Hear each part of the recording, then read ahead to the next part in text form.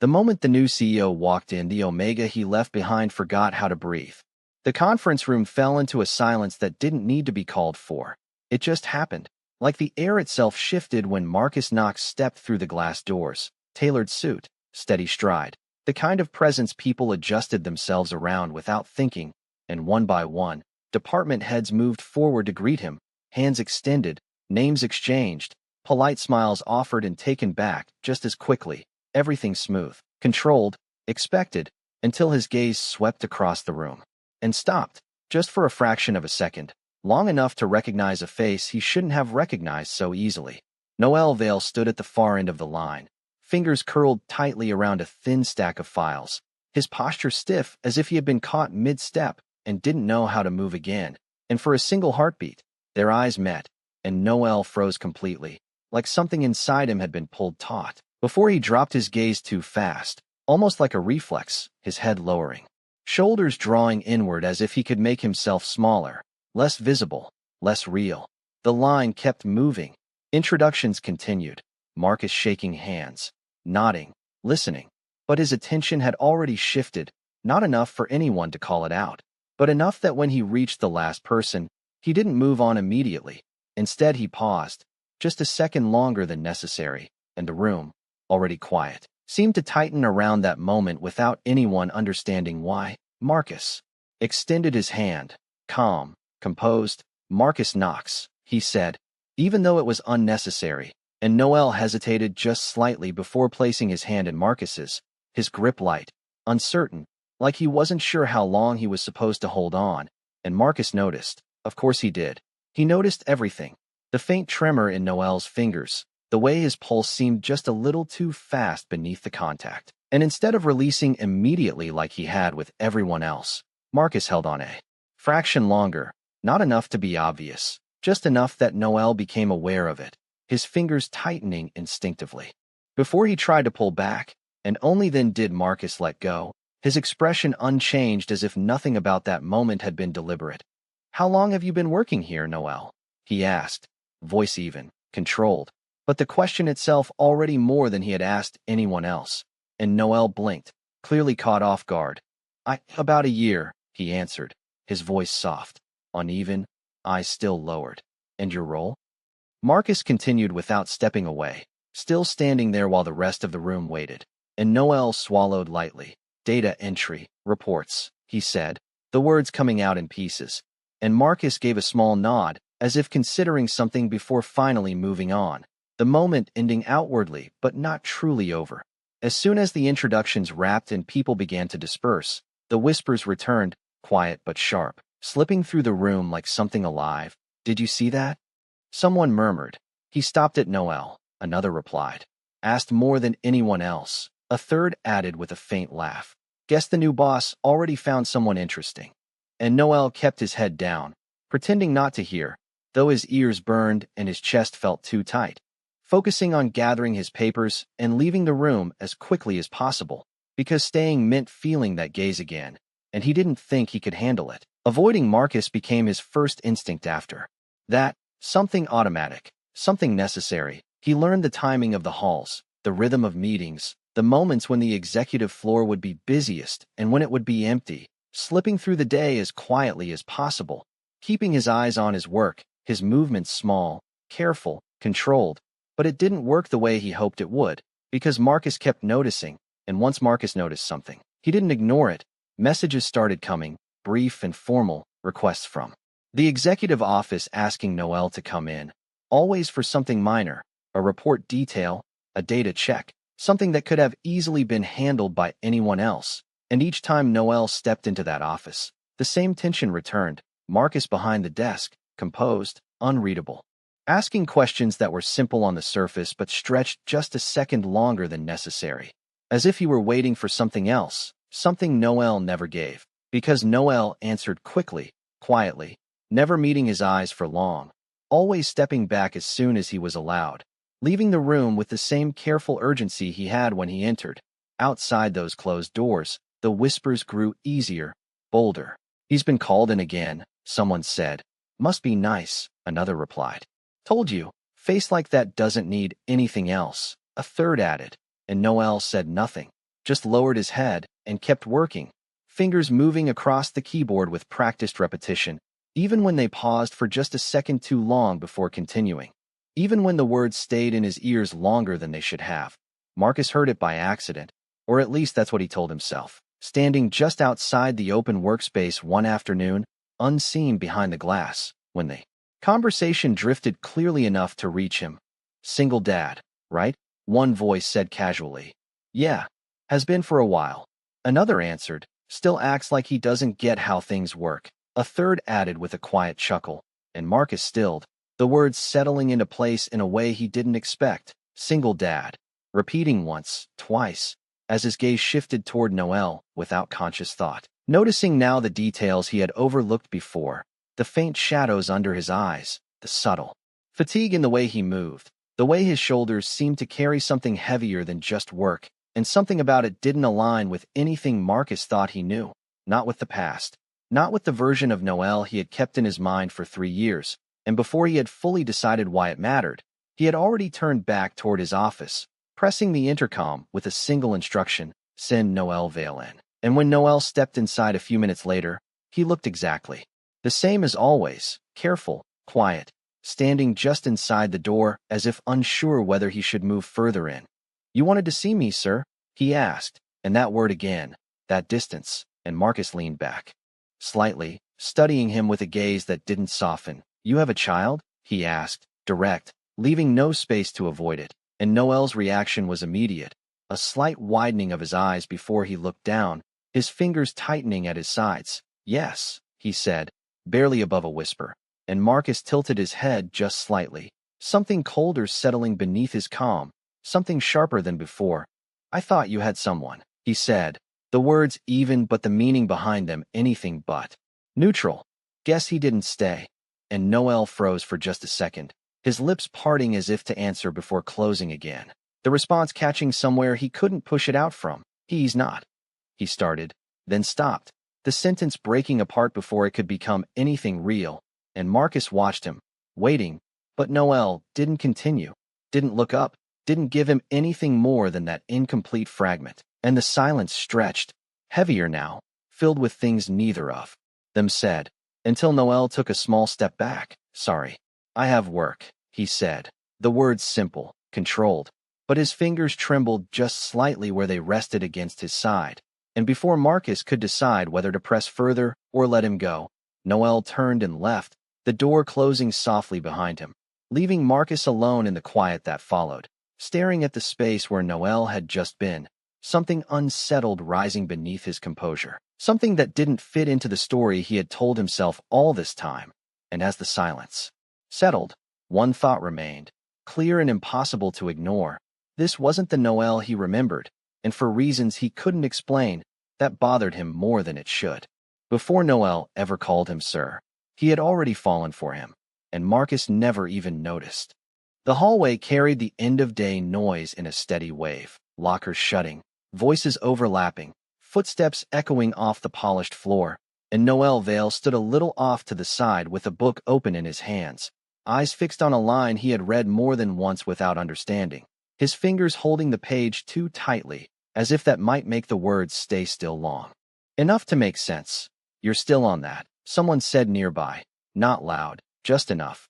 Do you even get it? Another voice added with a short, careless laugh. Noel's lips parted like he might answer, like the words might come this time, but they didn't. They never did in time, and he lowered his gaze instead, shoulders drawing in, waiting for it to pass, until it didn't, until another voice cut through, calm and steady. That's enough. Marcus Knox didn't raise his voice, he didn't need to. The shift was immediate, subtle but certain, the others stepping back without argument, glancing at each other before moving away, because Marcus was the kind of presence people didn't push against without thinking twice, and he didn't linger on them, his attention already moving on, landing briefly on Noel, just long enough to register the way Noel hadn't moved, hadn't spoken. If you don't understand something, ask, Marcus said, direct, not harsh, not soft either, and Noel blinked, lifting his gaze just enough to meet Marcus's for a second too long. Then he looked away. I will, he said, voice uneven, and Marcus gave a short nod like that was enough, like the moment was already over. before turning and walking away without waiting for anything more, because to him it had never been anything more than a small interruption in a day that mattered for other reasons. But Noel remembered. He remembered the exact tone, the exact pause, the way everything had gone quiet when Marcus spoke. And something about that moment stayed, small but steady, something that didn't fade the way most things did. And after that, he started noticing Marcus everywhere, not intentionally at first, just a familiar figure across the courtyard, a voice he recognized before he saw the face. Marcus answering questions in class without hesitation, speaking clearly, moving through everything with a certainty Noel didn't understand, and slowly, without realizing it, Noel began to look for him, choosing seats that gave him a clear view, taking longer routes that passed the places Marcus usually went, his attention drifting and then staying just a second too long, and when Marcus turned unexpectedly. Once, Noel looked away too fast, like he had been caught doing something he shouldn't, even though Marcus didn't react, didn't notice, didn't see him at all, because to Marcus, Noel was just another student in a crowd that didn't matter.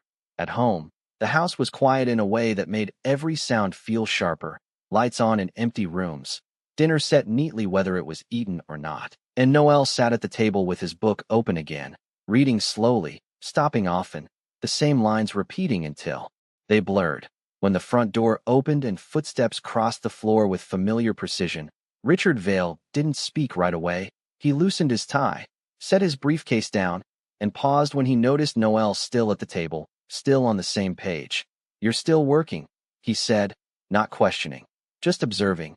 Noel looked up a second slower than expected. "Yes," he answered. Richard stepped closer, his gaze moving from the book to Noel's face, noting the hesitation, the slight delay. Before each response, the unfinished thought waiting behind his eyes. "How's school?" he asked, simple, direct. Noel hesitated.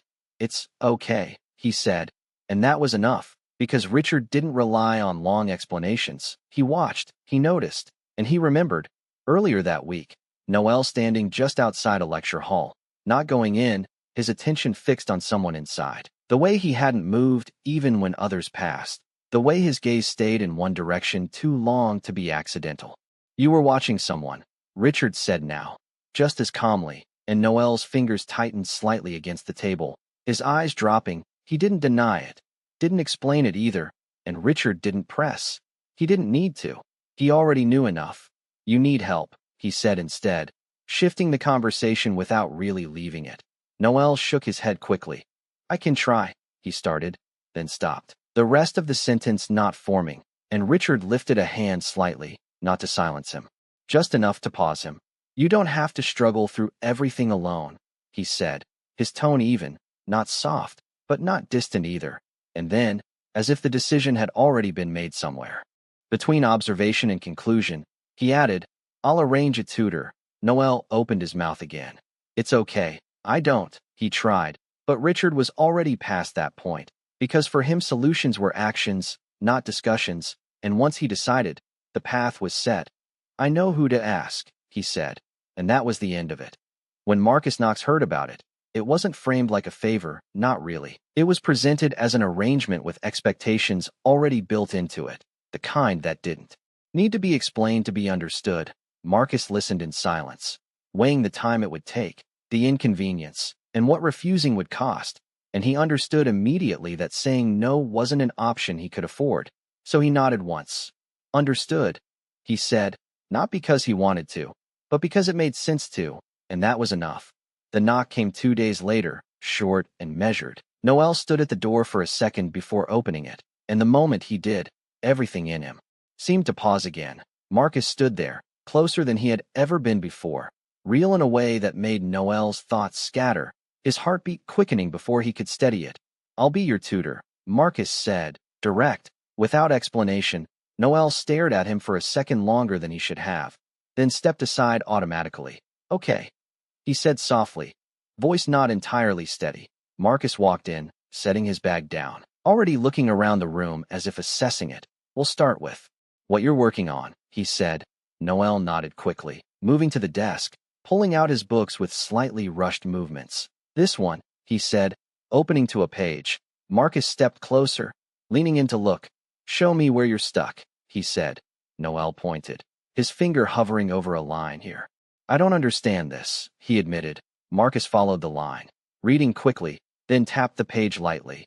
You're skipping steps, he said. You can't move from here to here without this part.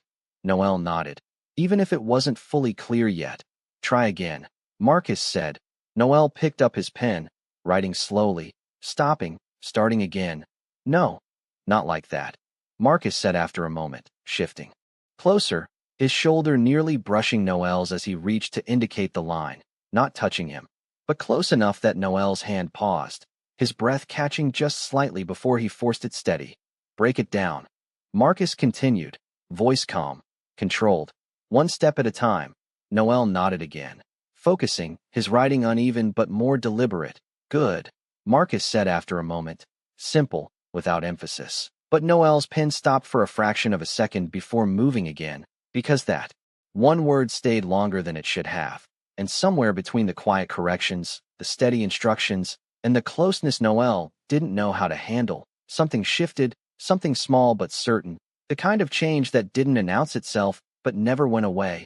And for Noel, it was the first time he realized that what he felt wasn't just admiration anymore, even if he didn't have the words for it yet.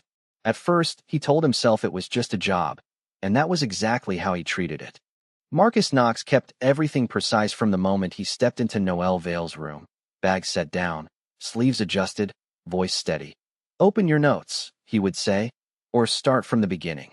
And Noel followed, quick to respond, a little too quick sometimes, movements slightly rushed, words coming out uneven but hopeful. And in those first few days, before he understood the distance Marcus was drawing, Noel still smiled without thinking, small, quiet smiles when something made sense. I think I got this part, he would say, glancing up, waiting. But Marcus never met that moment the way Noel hoped. Show me, was all he said, or try again. Calm, controlled, nothing extra, and slowly, Noel began to notice the absence of warmth, the way every attempt at something more just stopped, and the smiles faded, replaced by careful silence. Marcus noticed things too, just not the same things. He noticed the pauses, the repeated mistakes, the lag between explanation and understanding. The way Noel's thoughts seemed to fall half a step behind, and it grated on him more than he expected. You're not focusing, Marcus said one afternoon, tapping the page lightly, his tone sharper than before. You keep making the same mistake. Noel flinched, small but visible, his pen tightening in his hand. I'm trying, he said, voice quiet, and Marcus exhaled, the sound controlled but edged. Trying isn't enough if nothing changes, he replied, and Noel nodded quickly. I'm sorry, he said, the apology coming too fast, too automatic, and Marcus frowned slightly. Stop apologizing and fix it, he said, not loudly, but firm enough that Noel's shoulders tensed. Yes, Noel answered. Softer this time, his eyes dropping back to the page, his hand moving again, slower, more careful. The first time Noel almost cried. It happened quietly, barely there, his pen pausing mid-line, his breathing shifting just enough to notice. He blinked once. Then again, faster, like he was trying to push something back. I'll do it again, he said, voice unsteady, and Marcus paused, just for a second, his gaze lingering a fraction longer than before, something tightening in his chest before he looked away. Just break it down, he said, quieter, the edge in his tone pulling back slightly. One step at a time. Noel nodded, gripping his pen a little steadier now. And from then on, he became even more careful, measuring every word before he spoke, every movement before he made it, watching Marcus in small, unnoticed ways, adjusting himself constantly to avoid that sharp tone, to stay just within whatever line Marcus had drawn without ever explaining it. Outside the lessons, Noel started doing things Marcus never asked for, small, quiet things, a glass of water placed near his usual seat before he arrived, notes already organized so Marcus wouldn't have to wait, snacks left on the table with a soft, "You can have this," said without expectation. And one evening, he remembered something even smaller, something Marcus had mentioned once without thinking, and the next day the exact same drink was there, unopened, placed just slightly closer to Marcus's side of the desk.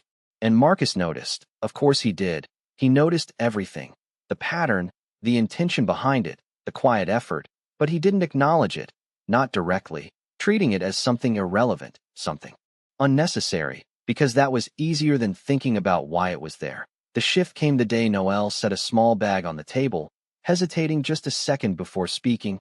"This is for your mother," he said, voice softer than usual. "I heard she wasn't well. These might help." And for the first time, Marcus didn't respond immediately, his gaze dropping to the bag, then lifting back to Noel, something in his expression hardening, tightening. "You don't need to do this," he said, his tone flat, controlled, and Noel shook his head quickly. "I just thought," he started, but Marcus cut him off, sharper this time. "I said you don't need to," he repeated, pushing the bag back across the table, the movement precise, final, and Noel's hand hovered in place for a second before pulling back slowly, his fingers curling slightly as if they didn't know where to go. "I'm sorry," he said again, quieter now, and Marcus didn't answer, his gaze shifting away, his jaw tightening just slightly before he spoke again.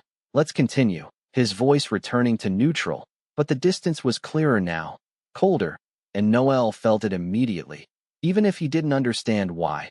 While Marcus leaned back slightly, his thoughts sharper than his tone, he didn't need help, and he definitely didn't need pity.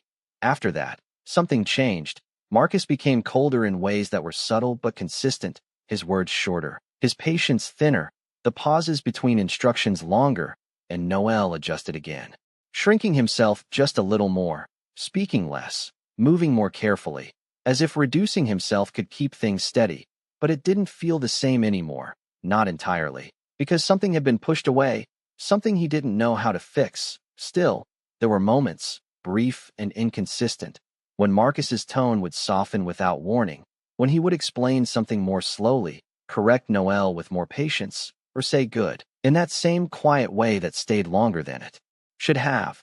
And those moments only made everything harder to understand, because they felt real, they felt close to something Noel didn't dare name, and then they would disappear just as quickly, replaced by that same distance again, and Noel would sit there, pen in hand, eyes on the page, trying to keep up, trying not to fall behind, trying not to do anything wrong, while the quiet feeling he had carried from the beginning only grew, steady and unchanging beneath all of it. And no matter how cold Marcus became, Noel never stopped trying. The rumor spread faster than either of them expected, and it found Noel before he could pretend it didn't matter.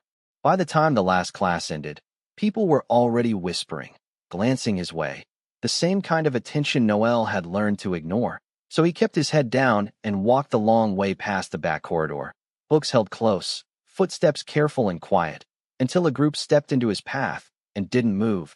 "Heard you've got a private tutor now," one of them said, tone light, amused. Noel didn't answer, shifting slightly like he might pass, but they adjusted with him, blocking the way again. "Marcus Knox, right?" another added, a grin spreading. "Top of the class, must be nice." Noel's grip tightened around his books, his eyes lowering, waiting for it to pass the way it usually did. "What? You don't talk now," someone said, nudging him lightly, not enough to hurt, just enough to keep him in place. Noel stayed quiet, shoulders drawn in, until the tone shifted, sharper. "Figures," a voice said. "Guys like him always find a way." A short laugh followed. "Bet he's only doing it for the benefits." Noel didn't react, but his breathing changed, just slightly, and then the next line came, careless, dismissive. "Or maybe he just feels bad for you." And something in Noel tightened. "Don't," he said, the word coming out before he could stop it, soft but clear. The group stilled for half a second before one of them smirked. "What?" Noel's fingers curled tighter, his voice still low but steadier now. "Don't talk about him like that." And the reaction was immediate, surprised laughter. "Look at that," someone said. "He actually said something." Another step closer, not aggressive, just testing. "What? You gonna do something about it?" Noel didn't think, didn't pause. He stepped forward and pushed him back, clumsy, uncoordinated, but enough to break the rhythm, enough to shift the moment. "Hey." The other guy stumbled a step, then straightened, expression changing. "You serious right now?" Noel didn't answer, his hands trembling slightly, but he didn't back away either, and that was enough for the situation to turn, not loud, not chaotic, just sudden movement. A shove returned, Noel losing his balance for a second before catching himself. Another push, stronger this time, and Noel couldn't hold it, stumbling back into the lockers, his grip loosening, books slipping from his arms. That all you've got? Someone said, stepping closer again, and Noel tried to steady himself, tried to stand straight. But he was slower, always just a step behind, and before anything else could happen, another voice cut in, sharper than before.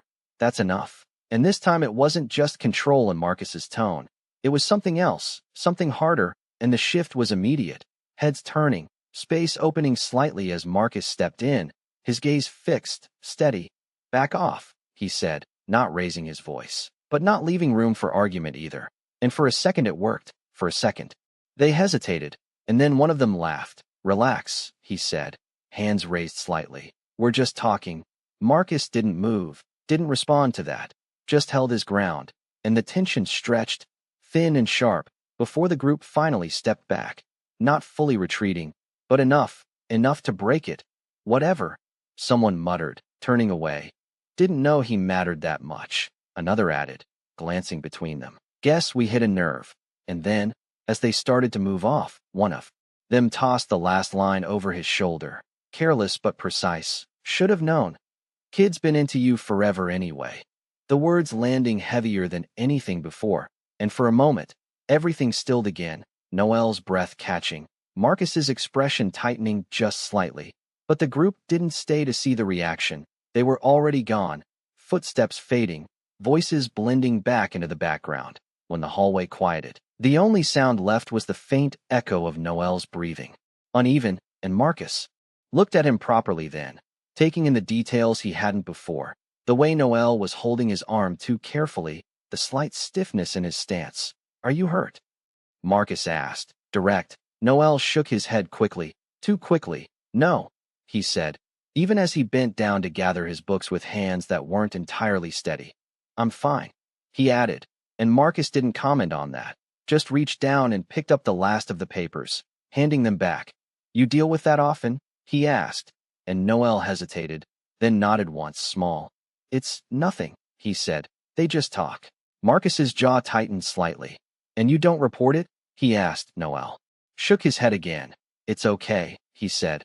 I don't want to make it bigger. Marcus studied him for a second, then asked, what about your father? Noel's fingers curled around the edge of his books. He's busy, he said quietly. I don't want him to worry about small things. The answer's simple, matter of fact. And for a moment Marcus didn't say anything, just watched him.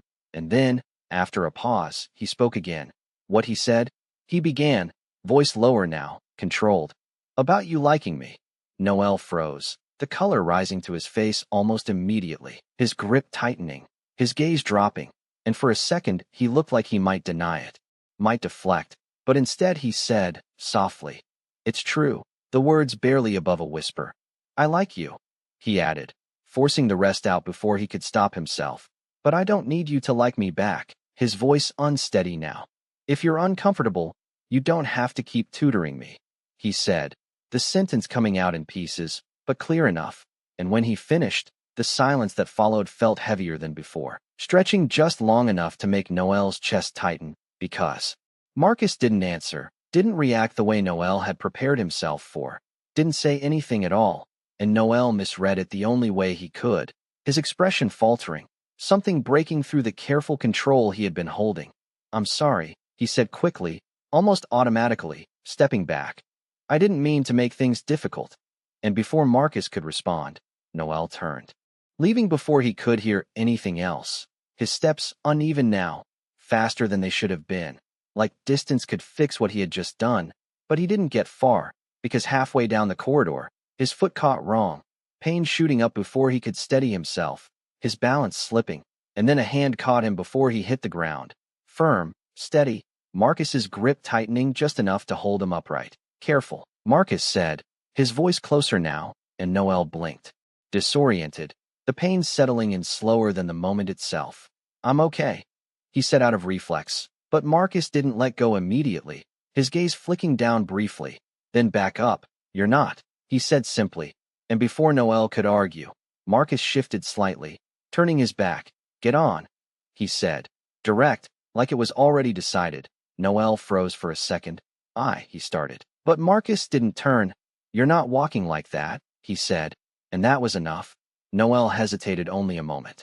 Longer before carefully climbing onto his back, his hands resting uncertainly at first before settling.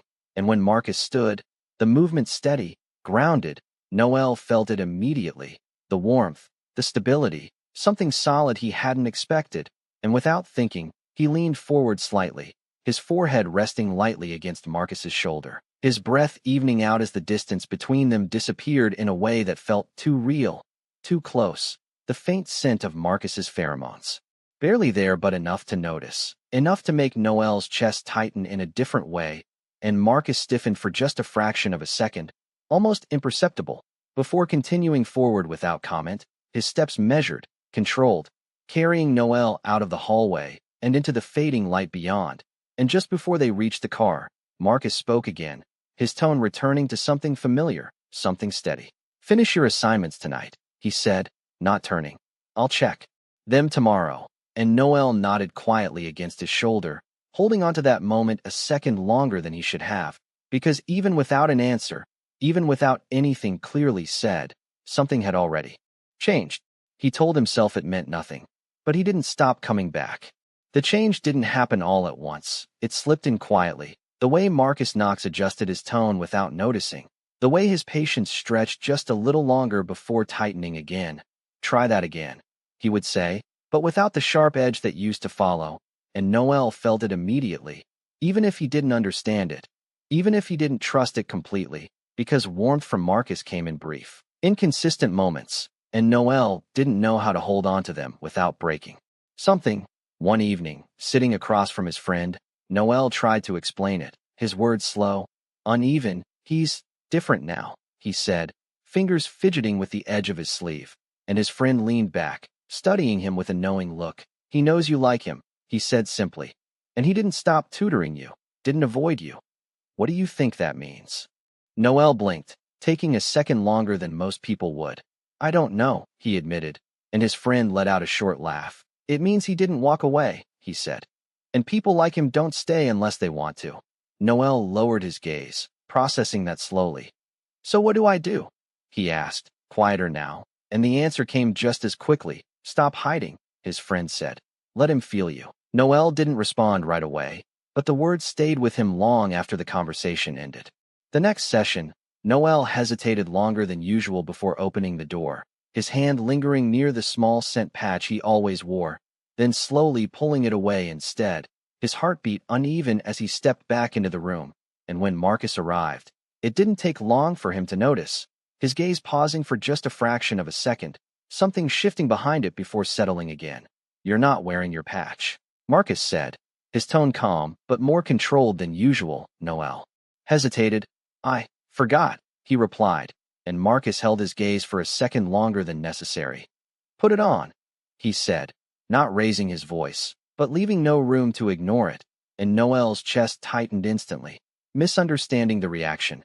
"I'm sorry," he said quickly, already stepping back, his fingers fumbling slightly as he fixed the patch in place, the faint trace of his scent fading almost immediately. "I didn't mean to bother you," he added, quieter now, and Marcus didn't answer right away, his jaw tightening just slightly before he looked away. "We'll stop here today," Noel said after a moment, his voice smaller than usual. "I'm a little tired." Marcus nodded once. "Fine," he said, gathering his things without question. At the door, Noel hesitated, then asked softly, "Did it bother you?" Marcus paused, his hand resting on the handle. "No," he said, then added, lower this time. "You just overestimate my self-control," and left before Noel could ask anything else.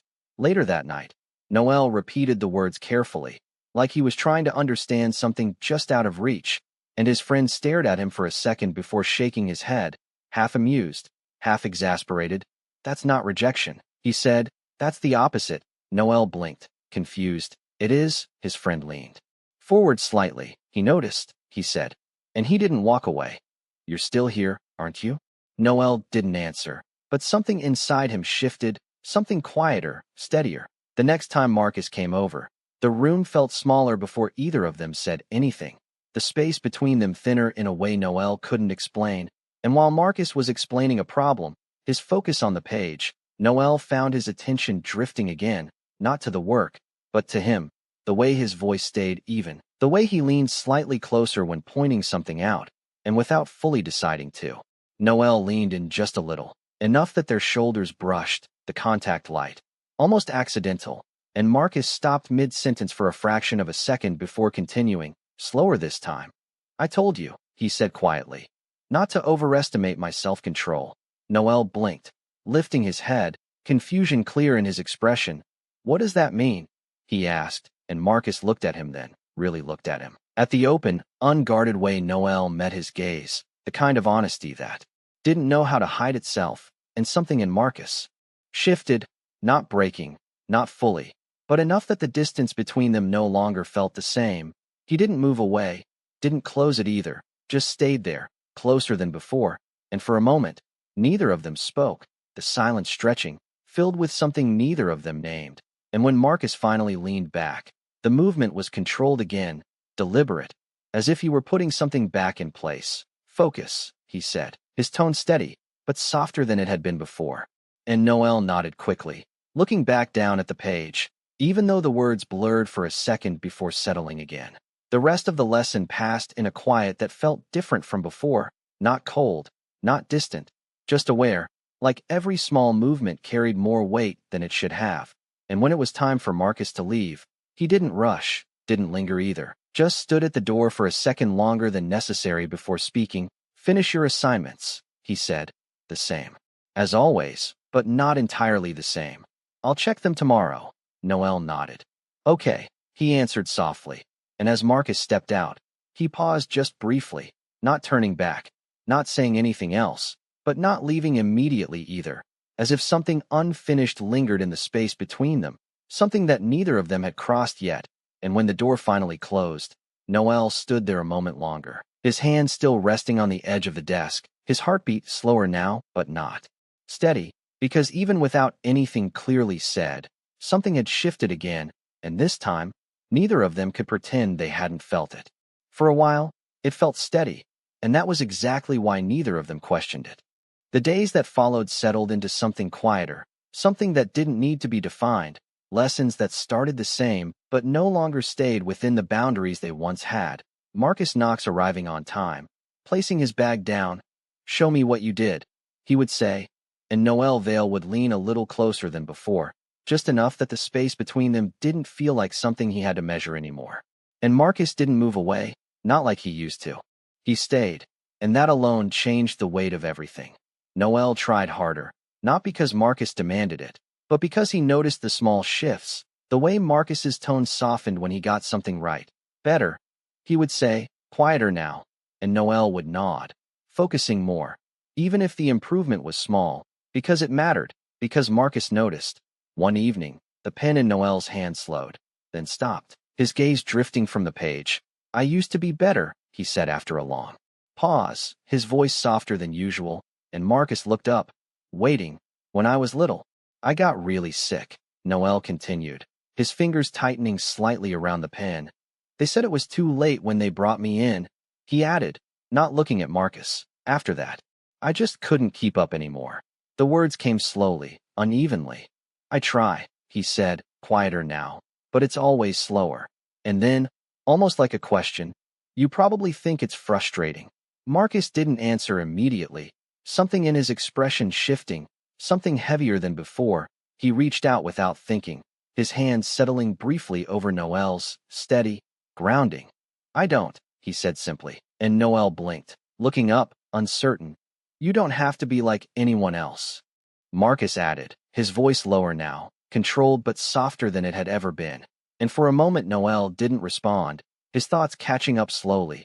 I still want to try, he said finally, and Marcus held his gaze for a second before nodding. Then we'll do it your way, he said, and something in Noel's chest eased, just a little.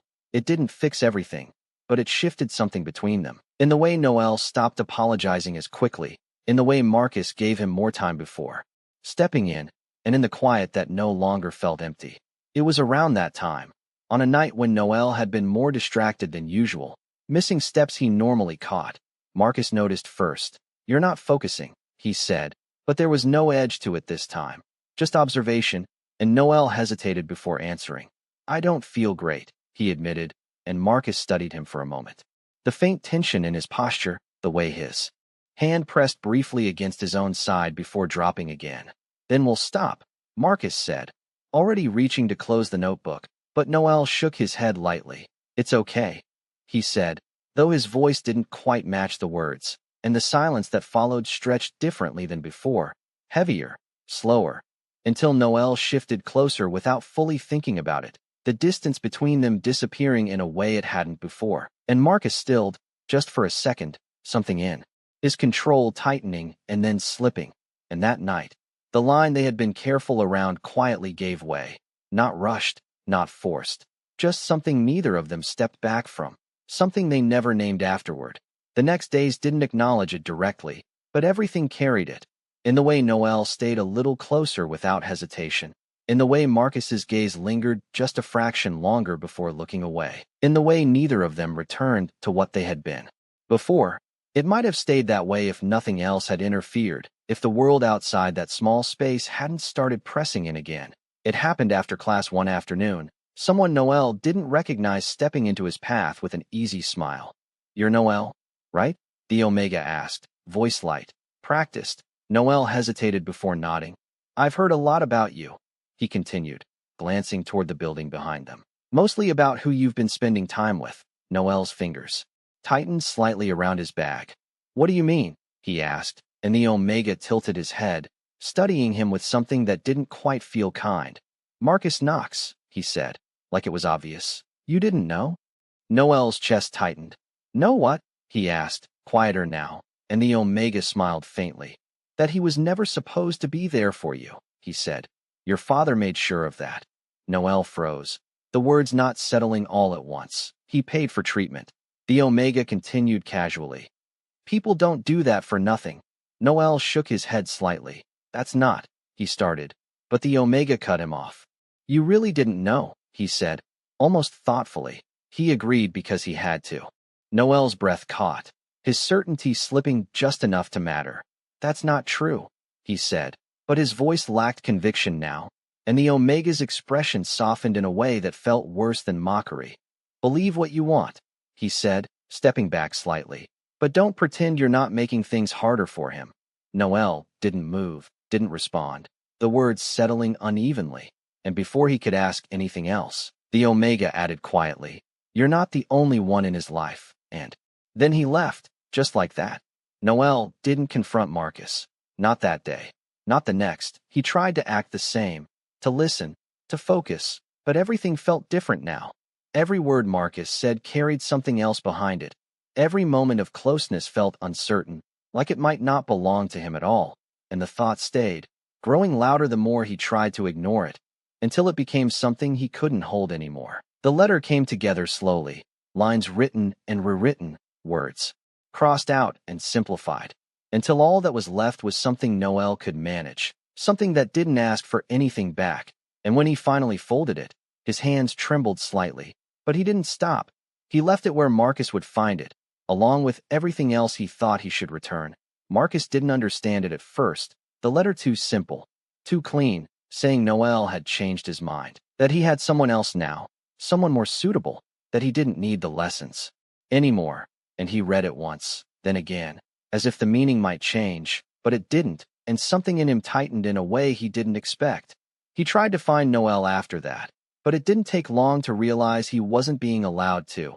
A quiet warning delivered without raised voices, just enough to make the boundary clear, and Marcus understood it even if he didn't accept it. But there were things he couldn't push through, not without consequences that reached further than just himself. The chance to leave came not long after. Something he had been working toward long before Noel had become part of his life, and this time he didn't hesitate, because staying didn't change anything anymore. And leaving gave him something he could still control. Time moved differently after that, measured in things that had nothing to do with the past, until it didn't anymore. And when everything that had taken him away no longer held him there, Marcus still found himself back where he had started, the decision made in a way that didn't feel like a decision at all. Only that something unfinished had brought him back, something he had never really left behind. He should have stopped caring the moment he walked back into that building, but something in him refused to. The office moved around Noel Vale like he wasn't fully part of it. Conversations flowing past him, instructions given too quickly, patience running out before he could catch up, and Marcus Knox noticed it in fragments. The extra seconds Noel needed to respond. The way people didn't wait for those seconds. You're still not done? Dylan Carter's voice cut in one afternoon. Not loud, just sharp enough to carry. It's not that hard, he added, leaning back in his chair with an easy, dismissive confidence. And Noel didn't argue, didn't defend himself. He just nodded, fingers moving faster across the keyboard even though it didn't help. I'll finish it, he said quietly, and Dylan gave a short exhale through his nose, unimpressed. You said that 10 minutes ago, he replied, not looking at Noel anymore, as if the conversation was already beneath him. From behind the glass of his office, Marcus watched the exchange without meaning to, something tightening in his chest in a way that didn't match the distance he had spent years building. Because this version of Noel, quiet, withdrawn, absorbing everything without pushing back, should have been easy to ignore, should have made sense given everything that had happened, and yet it didn't. It showed up again in smaller moments. Noel sitting alone in the break room, eating slowly without really tasting the food, or standing by the window during short breaks, staring out as if giving himself a few seconds to breathe before going back. And Marcus noticed those too, not intentionally at first, but once he did, he couldn't seem to stop. The first time Noel smiled, it caught him completely off guard. It wasn't directed at anyone in the room, wasn't meant to be seen.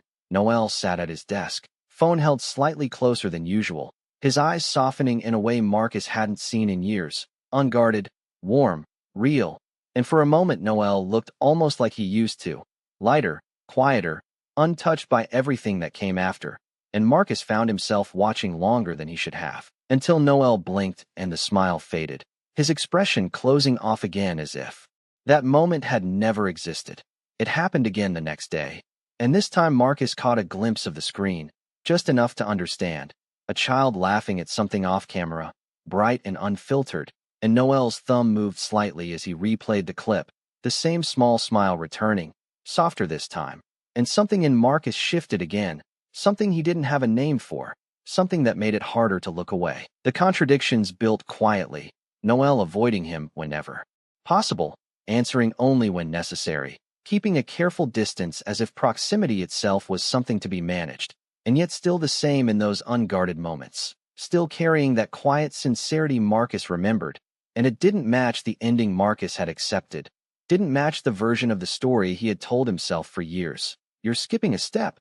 Dylan's voice cut through again later, this time closer, standing just behind Noel's chair, leaning slightly into his space. Without asking, if you do it like that, you're going to mess up the whole thing. His tone wasn't raised, but it wasn't kind either. And Noel stiffened slightly, nodding as he tried to follow. Okay, he said softly, adjusting what he was doing. And Dylan watched for a second longer before straightening, a faint frown on his face as if debating whether to say more.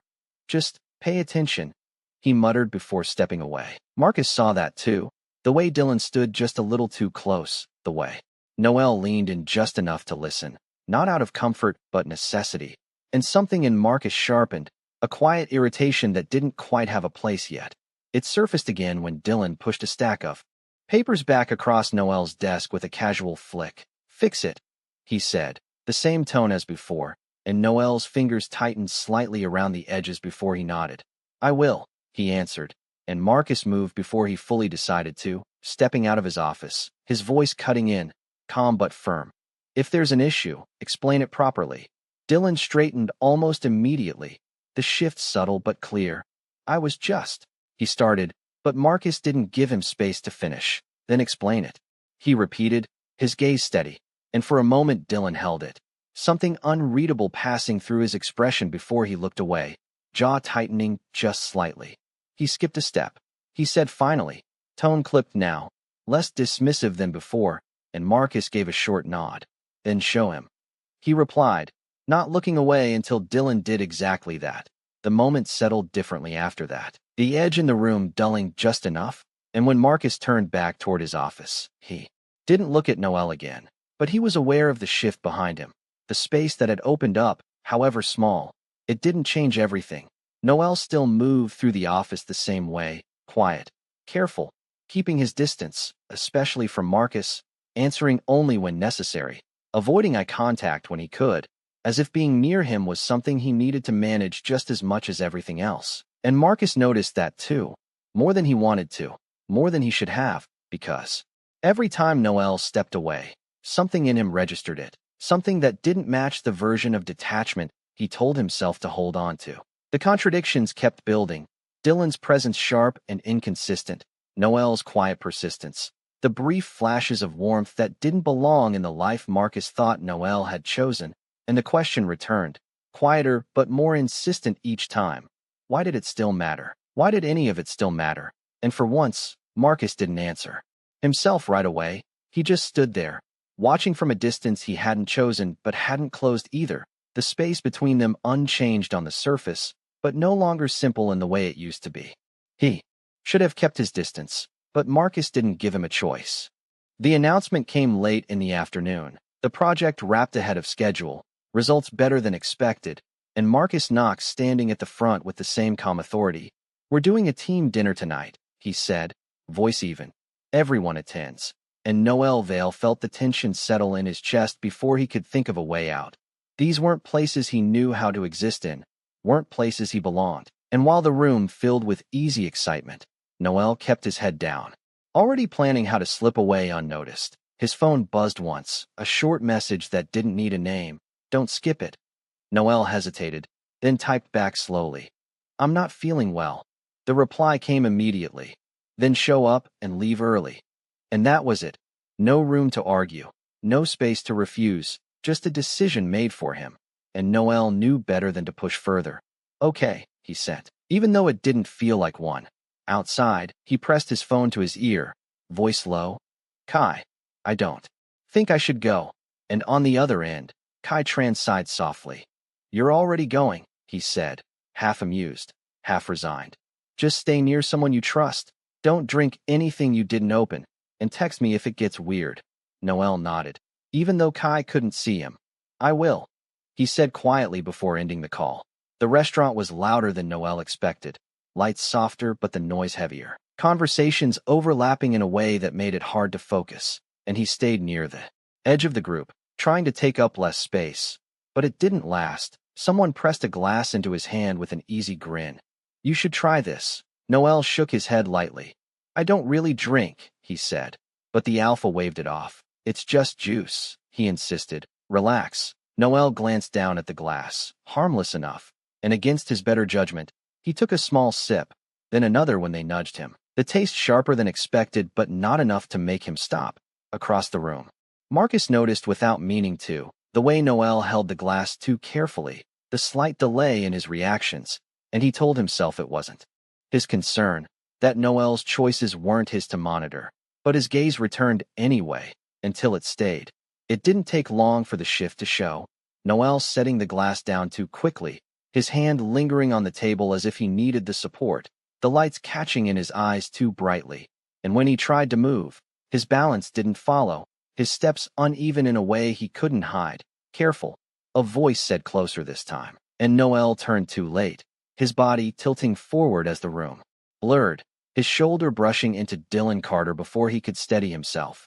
Dylan froze for a fraction of a second, completely unprepared, Noelle's weight pressing lightly into him, hands landing weakly against his chest, fingers curling without strength, and the scent hit him before the moment fully registered. Something soft, familiar, dangerously close, and for once, Dylan didn't move, didn't push him away like he normally would, his hands hovering awkwardly at Noelle's sides before, settling there to keep him upright, his breath catching slightly as his posture went rigid, heat rising faintly along his neck. "Hey," he started, but the words didn't come out the way he intended, quieter, less sharp, and Noelle blinked, unfocused, leaning just enough that the distance disappeared completely, his head dipping closer to Dylan's shoulder, unsteady, unaware. Across the room, Marcus saw everything, the way Noelle leaned into someone else, the way Dylan didn't move, didn't pull back.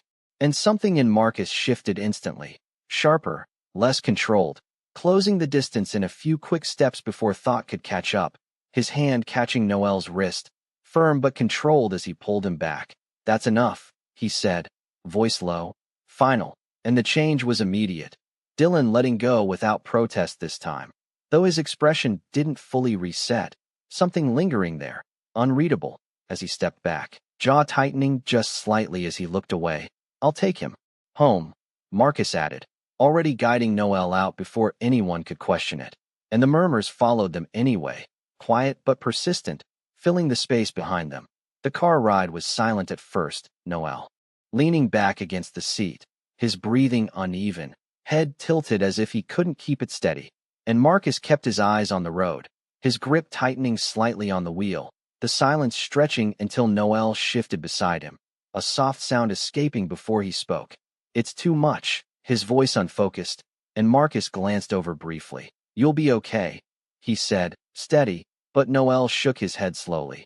Not that, he murmured. Everything. And then his voice broke, the words slipping out. Unfiltered. Everyone's like that. They don't like me. They think I'm slow, they don't wait. His fingers curled into his sleeve. I try. I really try. His voice dropped lower, more fragile, but he turned slightly toward Marcus, eyes glassy, searching. You find me annoying too, right? The question came out softer than anything else he had said, but it carried more weight than all of it. Marcus didn't answer immediately, something in his chest tightening sharply, and before he could stop himself, he pulled the car to the side, the sudden stillness filling the space between them. No, he said quietly, turning toward Noel. Fully, his voice lower now, no longer distant. It's not like that. Noel blinked slowly, taking a moment to process, his shoulders trembling slightly as the tension slipped through. Then, why do you look at me like that? He asked, softer now, and Marcus exhaled, something in him giving way. I shouldn't have, he admitted, simple but heavier than it sounded. And Noel stared at him as if trying to understand something just out of reach, before his voice dropped again, small, hesitant. Can you hug me? Marcus didn't hesitate this time, reaching out and pulling Noel into him, the contact steady, grounding, and Noel leaned in immediately, his hands gripping lightly at Marcus's shirt as if anchoring himself there. I'm tired, he murmured, his voice fading. I missed you. The words slipping out before he could stop them, before he could understand them, and then his breathing slowed, his body relaxing as sleep took over, his weight settling fully against Marcus. For a moment, Marcus didn't move, his hand resting at Noel's back, his thoughts quieter than they had been in a long time, and when he finally pulled away, it was careful, adjusting Noel back into the seat before starting the car again, the destination changing without him saying it out loud, because taking Noel anywhere else didn't feel like an option, not tonight. Not like this. And as the car moved through the quiet streets, Marcus kept one hand on the wheel, the other resting briefly against Noel's shoulder, as if making sure he was still there, as if something had already begun to shift in a way he could no longer ignore. He should have left things as they were, but the morning after made that impossible. Noel Vale woke with a start, unfamiliar light cutting across his vision, the ceiling above him not his own, and for a second his chest tightened in pure instinct before memory caught up, fragments of last night slipping back unevenly. The noise, the glass in his hand, the dizziness, and then, Marcus. He pushed himself upright too quickly, breath catching, fingers gripping the edge of the couch as he steadied himself. And just as the panic began to settle in, the soft sound of footsteps reached him from the other room, steady, unhurried. Marcus Knox appeared a moment later, composed as always, carrying a tray like it belonged there. Like Noel waking up in his space wasn't something unusual at all. You're up, he said, voice low, even, and Noel froze, shoulders tensing before his gaze dropped immediately. I'm sorry. The words came out first, quiet, instinctive, and Marcus didn't react to the apology, just set the tray down in front of him. Eat first, he said instead, simple, controlled, and Noel's eyes flicked up just long enough to notice the food. Familiar. Exactly what he liked, and something in his chest tightened unexpectedly, beside it a neatly folded set of clothes, prepared, deliberate, and Noel's fingers hovered for a second before pulling back. Thank you, he said softly, then hesitated, voice lowering further. Last night. I didn't do anything out of line, right? Marcus shook his head once. No, he replied, and without thinking, his hand lifted briefly, brushing lightly over Noel's hair in a gesture so natural it made Noel go. Still, completely unprepared for it, before Marcus withdrew again, his expression returning to neutral. Eat, he added, quieter, then shower. Noel nodded quickly, lowering his gaze, focusing on the tray as if it were the only safe thing in the room. He tried to eat, tried to keep his hands steady, but the quiet pressed in too close, the memory of Marcus's voice from last night lingering where it shouldn't. And before he could stop it, his vision blurred, his grip tightening as he turned his face slightly away, wiping at his eyes in a small, hurried motion. Marcus noticed, of course he did, his gaze resting on Noel longer than it should have. "Are you still feeling unwell?" he asked, voice even but closer now, and Noel shook his head too quickly. "I'm fine," he said, forcing it out, even as something inside him tightened sharply, a warning rising fast. "You didn't forget him, you just buried it, and now it's back." And he pressed his lips together, thoughts turning harsher. "Don't be stupid, don't let this happen again. You're not the same. You don't belong near him anymore." But the warmth from just a moment ago lingered, making it harder than it should have been. The ride to work was quiet. Noel sitting straighter than necessary, hands folded in his lap, distance rebuilt in every small movement, and Marcus didn't break the silence, didn't push, just drove, but something about it felt heavier than before. The moment they stepped into the office, it shifted, the glances, the murmurs not quite quiet enough. "So that's what happened," someone muttered. "Didn't expect that," another added, and Noel's steps faltered for a fraction before he forced himself forward, shoulders drawing in slightly, the weight of it settling in a way that felt all too familiar. But before it could build, a sharper voice cut through. "Knock it off." Dylan Carter's tone was firm this time, lacking the careless edge he usually carried, and the room quieted just enough to notice. "You don't know anything, so don't talk like you do," he added, his gaze flicking briefly toward Noel before looking away again, jaw tightening slightly as if annoyed at the situation, or at himself. Noel blinked, caught off guard. "Thank you," he said quietly, unsure, and Dylan shifted, rubbing the back of his neck in an awkward motion. "Just focus on your work," he muttered, voice lower than before, almost reluctant, and later, when Noel hesitated over a task, Dylan stepped closer again, but this time there was less pressure in the movement, his tone more controlled. "You're missing a step," he said, pointing at the screen. "Do it like this." Noel leaned in slightly, trying to follow, nodding slowly. "Okay," he replied, and Dylan stayed a second longer than necessary, watching to make sure he understood before stepping back, though not as far as before, from across the room. Marcus saw it all, the shift in Dylan's behavior, the reduced distance, the way Noel leaned in without realizing, and something in Marcus tightened, sharper this time, more defined, an edge that hadn't been there before. And before he could talk himself out of it, he stepped out of his office, crossing the floor in a few steady strides, stopping just beside Noel's desk. "I need him," he said, voice calm but not a request, and Dylan straightened immediately, stepping back without argument. Though his expression flickered briefly, something unreadable passing through before it disappeared. "Yeah," he said shortly, and Noel looked up, startled, gaze moving between them before settling on Marcus, uncertain. "Come with me," Marcus added, already turning, and Noel followed without hesitation, his steps quick, and once the door closed behind them, the air changed, quieter but tighter, the distance between them no longer buffered by anyone else. And Marcus didn't speak right away, his gaze steady, controlled, but no longer distant in the way Noel had been relying on, and for the first time since that morning, Noel felt the warning in his chest rise again, louder this time, because whatever line he thought he had redrawn between them was already starting to blur in ways he couldn't stop. He should have drawn the line, but Marcus kept stepping over it. In the days that followed, his care stopped being subtle and turned into something Noel Vale couldn't pretend not to notice. A warm drink and a small breakfast waiting on Noel's desk each morning. His workload quietly adjusted so it never tipped past what he could handle. Mistakes no longer called out in front of others, but handled in private. Marcus walking him through each step with a patience Noel didn't know how to accept. And once, Noel even realized a section of his report had been corrected before submission, cleaned up without a word so it wouldn't come back on him. "Do it like this next time," Marcus had said, nothing more, and that silence made it worse, because every small, Precise action pulled Noel closer to something he had already decided he couldn't afford. By the weekend, Noel realized he'd left a charger and a folder at Marcus's place, and at first he planned to let it go. But the message came anyway, short, direct, "Come get your things." There wasn't a real way to refuse, so he told himself he'd be quick, in and out. No thinking, no lingering.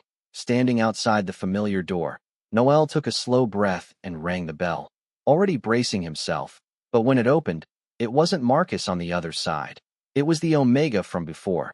The recognition was instant, sharp, and the Omega's expression shifted just as quickly, a faint smile forming that didn't reach his eyes.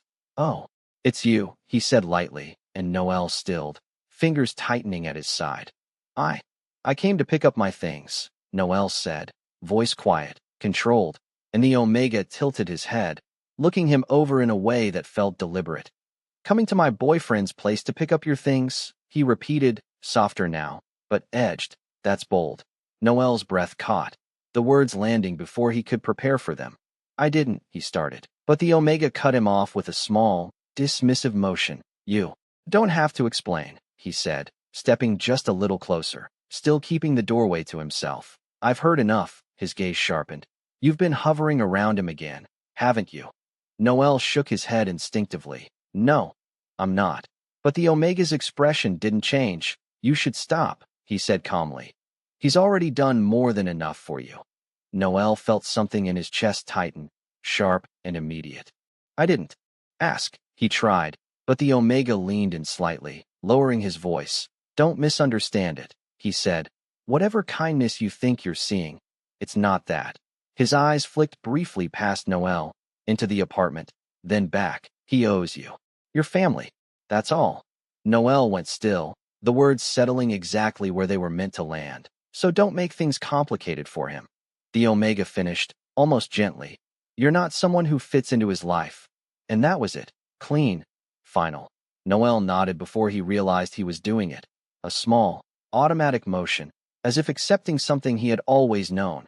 And then he stepped back, turned, and walked away without waiting, without asking for Marcus, because he already understood enough, and staying even 1 second longer felt like it would break something he couldn't put back together.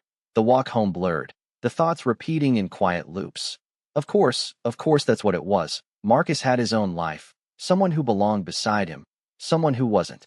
Noel, and everything else. The dinners, the quiet patience, the way Marcus remembered what he liked. It wasn't what Noel had let himself fear it might be. It was just kindness, just obligation, just a debt being paid in the gentlest way possible. By the time he got home, his chest felt hollow, but his hands were steady as he moved through routine, taking care of Leo, answering him softly, making sure he was settled. And only when the apartment went quiet did Noel sit down, pull out a sheet of paper, and write. The resignation letter coming out clean and simple. No explanation, just the necessary words to leave. The next morning, the office felt the same as always, too bright, too loud. But Noel moved through it like he was already outside of it. The letter held firmly in his hand until he stood in front of Marcus's office, knocked once, and stepped inside. "I'd like to resign," he said, placing the paper on the desk without looking up. Marcus didn't touch it, didn't even glance at it right away. "Why?" he asked, simple, direct, and Noel's fingers tightened slightly. "I'm not suited for this position," he replied, voice even, rehearsed. "I make too many mistakes." Marcus leaned back slightly, gaze steady. "That's not a reason," he said calmly, and Noel swallowed, pushing forward. "I don't want to cause problems for the company." The words sounding smaller the longer they sat there. "You weren't concerned about that yesterday," Marcus pointed out, and Noel's breath caught just briefly. "Yesterday was different," he said quietly. Marcus's gaze sharpened. "How?" Noel hesitated, silence stretching tight between them, and finally lowered his eyes. "I don't want to misunderstand things," he said carefully, "and make it difficult for you." Marcus didn't respond immediately, studying him now. "What exactly do you think you misunderstood?" he asked, voice lower, more controlled, and Noel shook his head quickly. "Nothing," he said, almost too fast. "I just think it's better if I leave."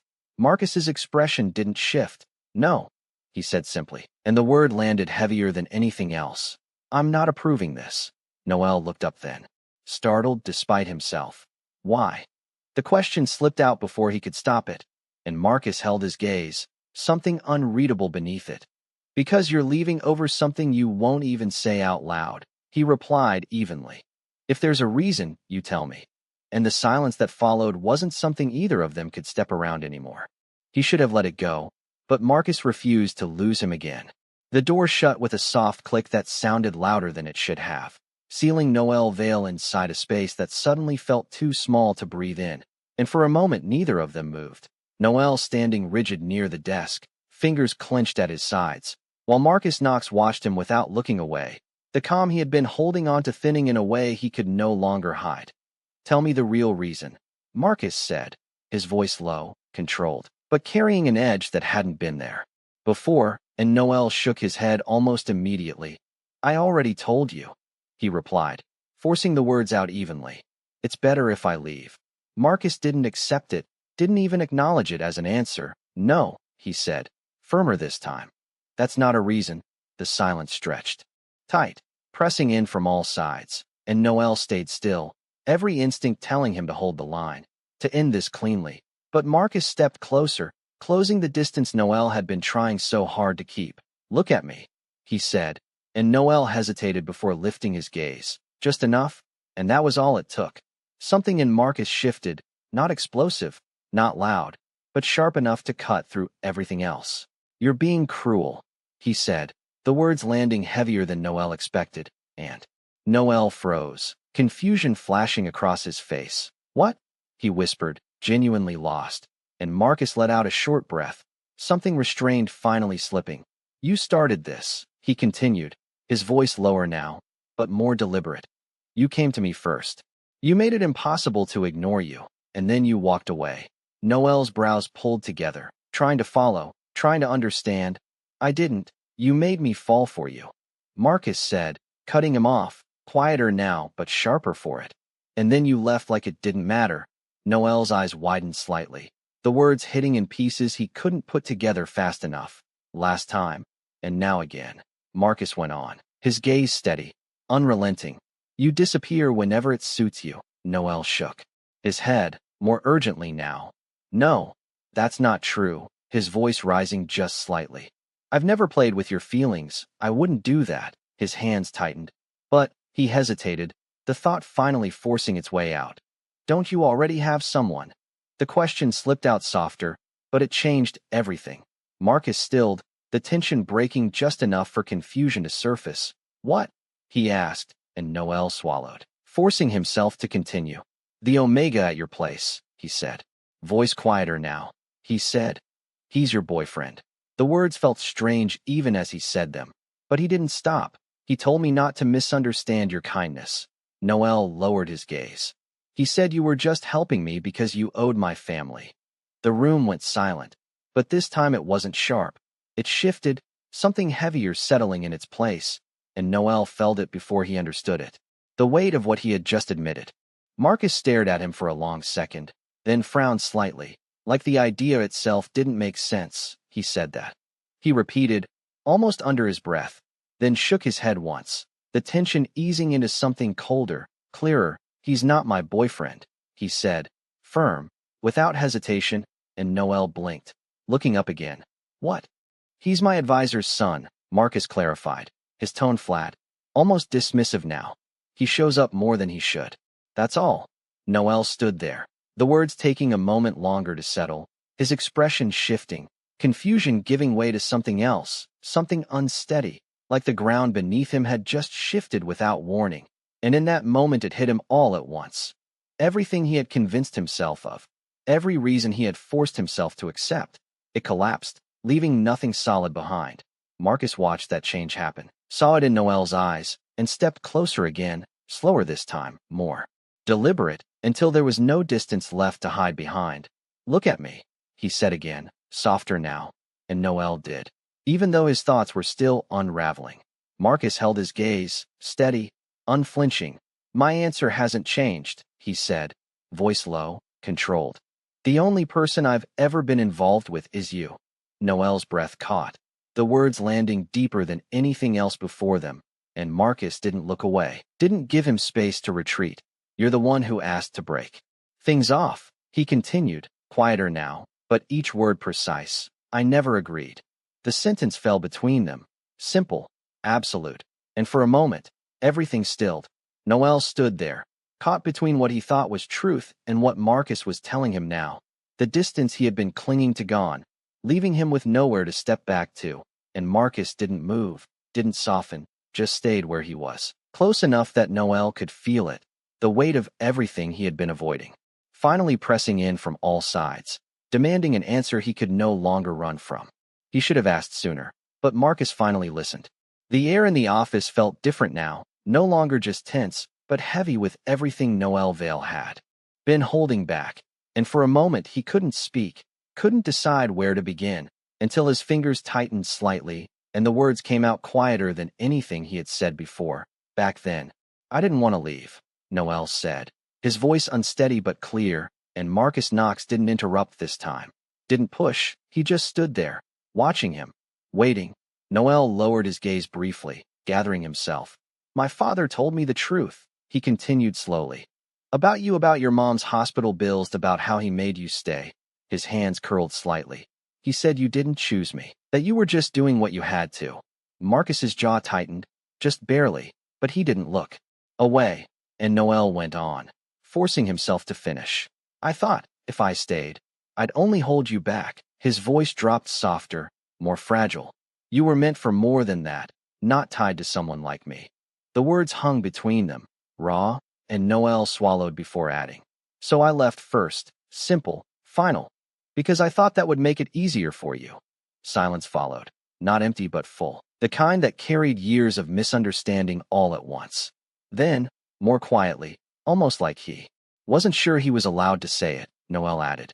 And, Leo, his voice softened further, he's yours. The confession settled between them, and Marcus didn't react with shock, didn't hesitate. He simply nodded once, steady. I know, he said, and Noel blinked, startled. What? Marcus reached into his jacket and pulled out a folded document, placing it on the desk between them. I wasn't guessing, he said evenly. I was waiting. Noel stared at the paper without touching it. Waiting for what? He asked, his voice quieter now, and Marcus met his eyes without hesitation. For you to let me in, he replied. Both of you.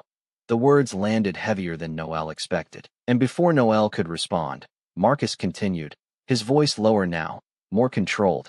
There was no fiancé, he said, cutting through the last piece of the past cleanly. I know that now. I should have known. Noel's breath caught slightly, and Marcus went on. I just didn't understand why you left without giving me a reason. His gaze didn't waver. Now I do. Noel stood there, feeling everything he had carried for years unravel in a way he couldn't stop. The version of the past he had forced himself to believe collapsing all at once, leaving him unsteady in a way he hadn't expected.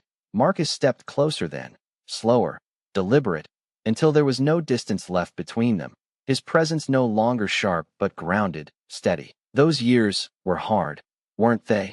He said quietly, not really asking, and Noel shook his head automatically. I'm okay, he said, then softer. Kai helped me a lot. His fingers loosened slightly as he spoke. I was just afraid that I wouldn't be enough, he admitted. I'm slow. I thought I wouldn't raise him well. His voice softened further, and then, with a small, almost shy certainty, but Leo, he's really good, he said. He's healthy and smart. Noel hesitated for a second before adding, quieter still, like you.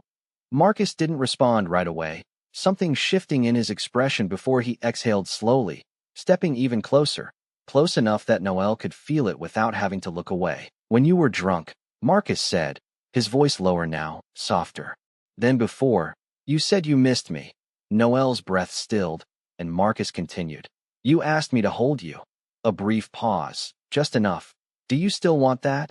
The question was simple, but it carried everything they had been circling around, and Noel didn't hesitate this time, didn't retreat. He just nodded, small but certain, and that was enough. Marcus closed the remaining space without asking again, pulling him in with a steadiness that didn't waver, and Noel leaned into it immediately.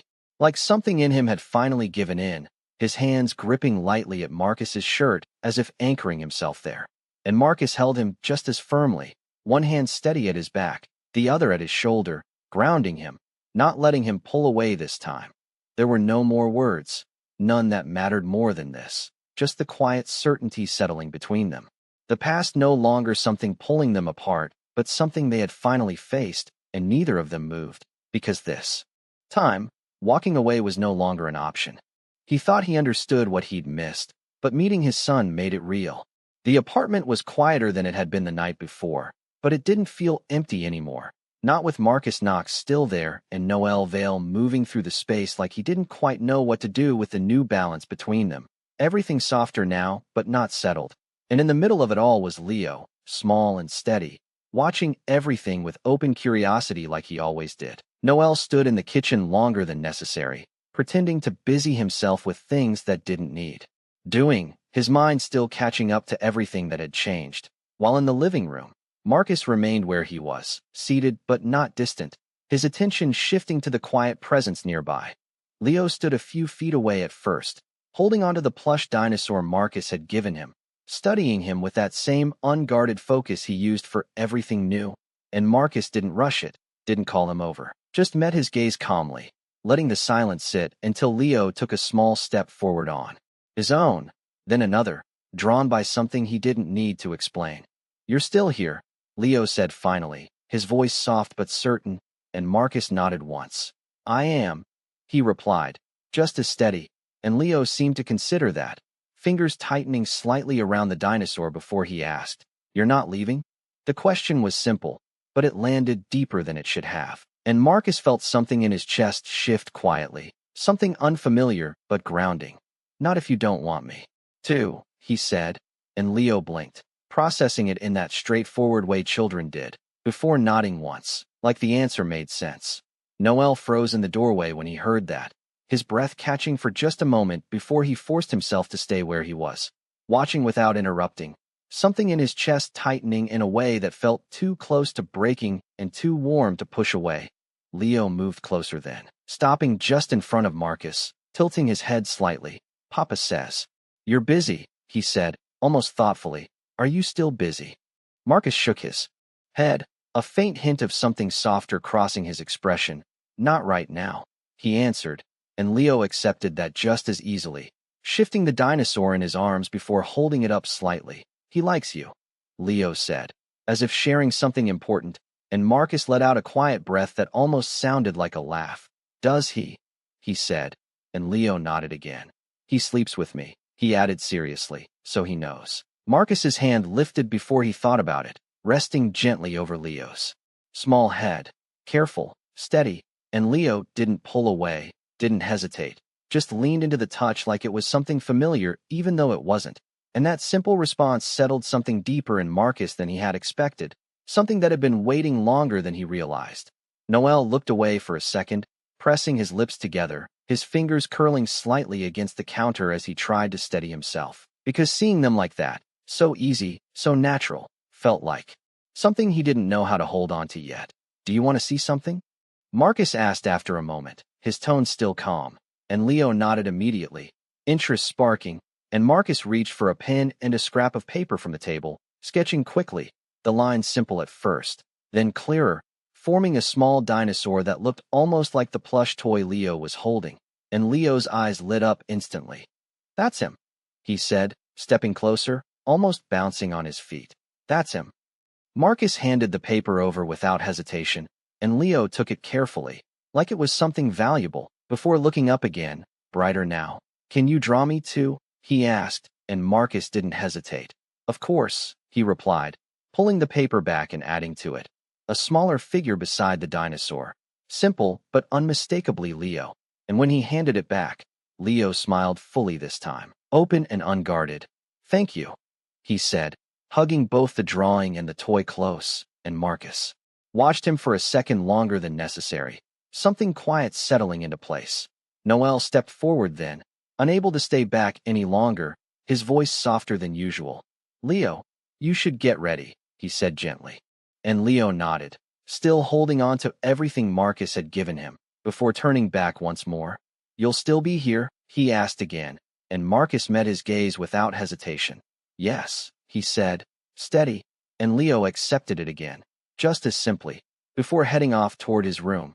When the space quieted again, Noel exhaled slowly, the tension he had been holding slipping just enough to let something else through, something more fragile. You don't have to do all this, he said without looking directly at Marcus, his voice careful, like he was afraid of breaking something if he spoke too clearly. He'll get attached. The words were soft, but they carried weight, and Marcus stood then, closing the distance between them in a few measured steps, not rushing, not forcing, just steady. I already am, he said quietly, and Noel looked up at that, startled, and Marcus held his gaze, something firm beneath the calm now. I'm not going anywhere, he added, not as a promise thrown lightly, but as something grounded, something he had already decided, and Noel didn't answer right away, couldn't, because everything inside him was still trying to catch up, but this time, he didn't step back, didn't create distance, he just stood there, closer than before, letting the moment stay, letting it exist without running from it, because for the first time in a long time, it didn't feel like something he had to protect himself from. He thought one step would be enough, but building a life meant choosing it every day. It didn't happen all at once, not in a single declaration, but in a pattern that kept repeating until it became something real. Marcus Knox staying later, leaving earlier, until one night he didn't leave at all, and Noel Vale didn't ask him to. The apartment quietly reshaping around the three of them, an extra toothbrush by the sink, a second set of clothes folded into a space that used to be empty. Marcus adjusting his mornings so he could walk Leo to daycare, the small hand that fit around his finger tightening just a little whenever they reached the door. You're coming back later, right? Leo asked, looking up with steady expectation, and Marcus didn't pause. This time, didn't calculate. I am, he answered, simple, certain, and Leo nodded like it was enough, because for him, it was. Noel watched from the doorway, his chest tightening in a way that wasn't fear anymore, just something unfamiliar, fragile, like he was standing too close to something he still didn't fully trust himself to hold. The company noticed before anything was said out loud, the shift in how Marcus moved around Noel, the way Noel stopped stepping back, and when the room finally settled one morning, Marcus didn't wait for it to become formal. I don't repeat things twice, he said calmly, cutting through the quiet. We're getting married. The words landed clean, leaving no space for interpretation, the room going still before reactions followed. But Marcus didn't look at anyone else, didn't need to. Dylan Carter found Noel later, no hesitation this time, just something more grounded, more honest.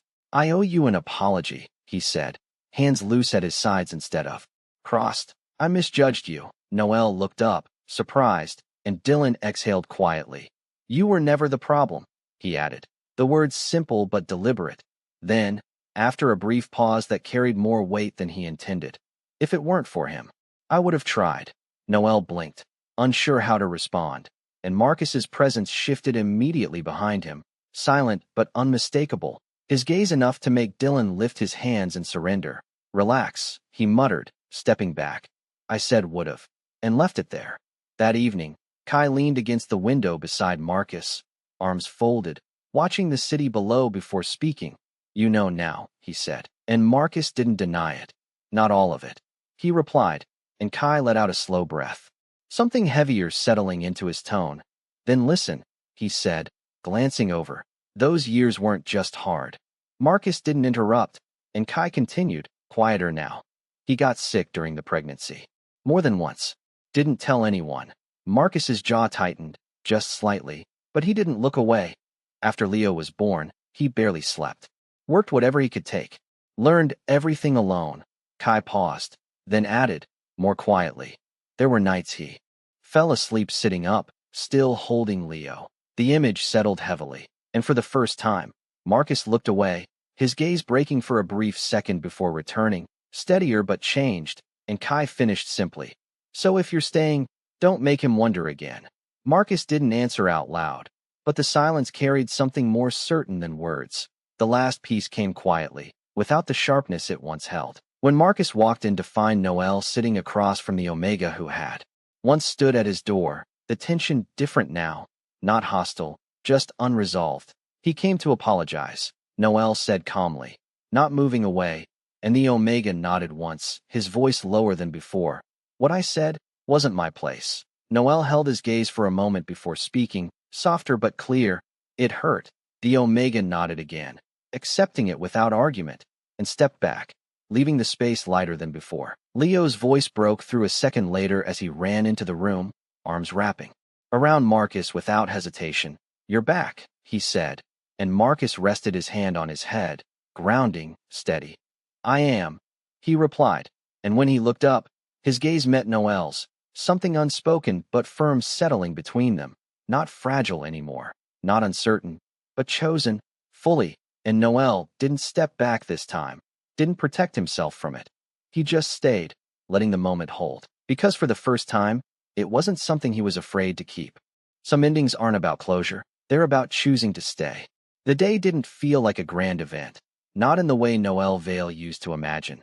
There were no overwhelming crowds or heavy expectations, just a quiet room filled with a few familiar faces, sunlight spilling softly through the windows, and the steady presence of Marcus Knox standing beside him like he had always been meant to be there. Leo sat near the front, legs swinging slightly from the chair, holding the same plush dinosaur and a folded piece of paper he refused to let go of, the drawing Marcus had made for him, as if it were part of the ceremony itself. Noel's hands were still for once, not tense, not uncertain, just resting at his sides as he looked.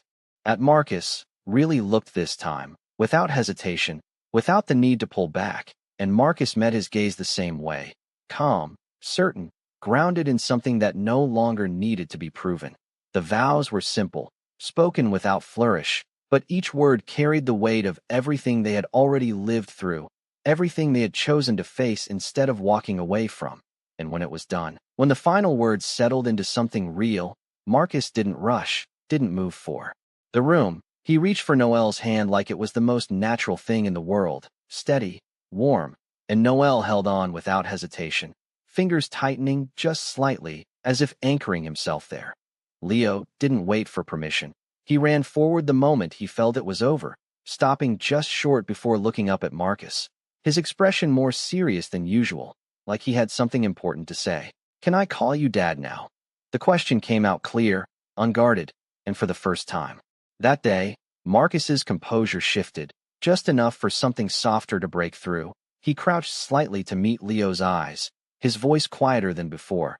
"Only if you want to," he said, and Leo nodded immediately, as if that answer had always been obvious. "I do," he said, stepping closer, and this time when he wrapped his arms around Marcus, there was no hesitation, no uncertainty, just belonging. Noel felt his breath catch for a moment, something deep in his chest loosening all at once.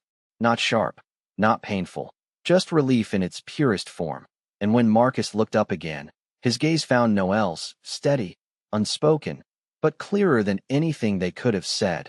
Later, when the room had quieted and the day had softened into something smaller, more personal, Noel stood by the window for a moment, watching the light shift outside, and Marcus came to stand beside him without a word, close enough that the space between them didn't exist anymore.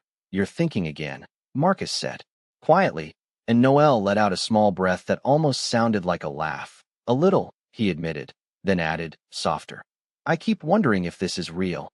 Marcus didn't answer right away, just reached out, his hand finding Noel's, steady as always. "It is," he said simply, and Noel nodded, not because he needed reassurance anymore, but because he finally believed it. Behind them, Leo's voice carried through the room, light, happy, calling for them without hesitation, and this time, neither of them stayed where they were. Marcus moved first, Noel following right beside him, their steps falling into place together without effort, without distance, without anything left pulling them apart. Because this time, they weren't just holding on, they were choosing it, every day, and that was enough.